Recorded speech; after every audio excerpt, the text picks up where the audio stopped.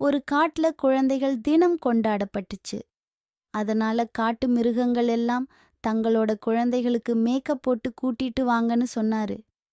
சிங்கராஜா அழகான குழந்தைக்கு நிறைய பரிசு கொடுக்க போறேனும் சொன்னாரு.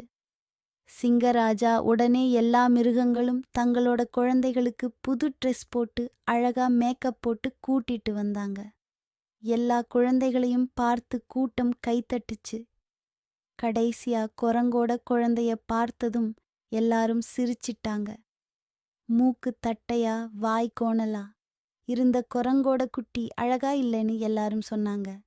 அப்ப சிங்கராஜா கேட்டாரு, குரங்காரே, இந்த கூட்டத்திலேயே அழகான குழந்தை யாரோடதுன்னு கேட்டாரு.